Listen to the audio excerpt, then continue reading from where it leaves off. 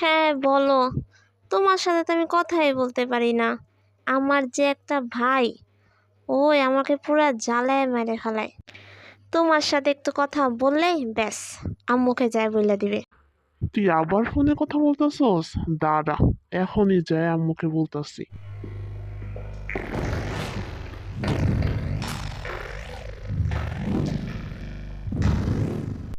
তুমি এইখানে? আর দেখো তোমার মেয়ে কি শুরু করছে। কেন? আমার মেয়ে আবার কি শুরু করছে? কি করছে তোর সাথে? আমাকে কি করবে? আমাকে কিছু করার সাহস আছে ওর? তাহলে এমন চিল্লাচিল্লি করতেছস কেন? দেখতেছ আমি টিভি দেখতেছি, টিভি দেখার মধ্যে ডিস্টার্ব করতেছস। তুমি তো খালি টিভি দেখবা। দেখো তোমার মেয়ে কোন ছেলের সাথে মোবাইলে কথা বলতেছে। ছেলের সাথে কথা বলতেছে মানে? কোন ছেলের সাথে কথা বলতেছে?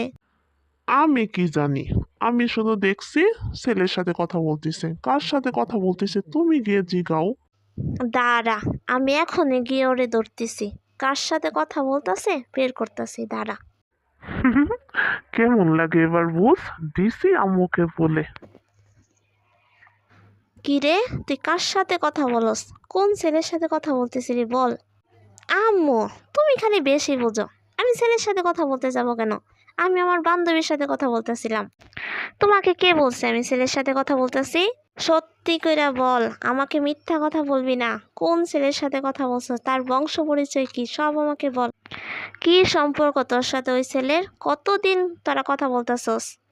ওই ছেলের সাথে পরিচয় কিভাবে হয়েছে তোর? এতদিন তুই কথা বলতেছস, তাও তুই আমাকে কিছু বললি না, আমি কিছু জানতে পারলাম না।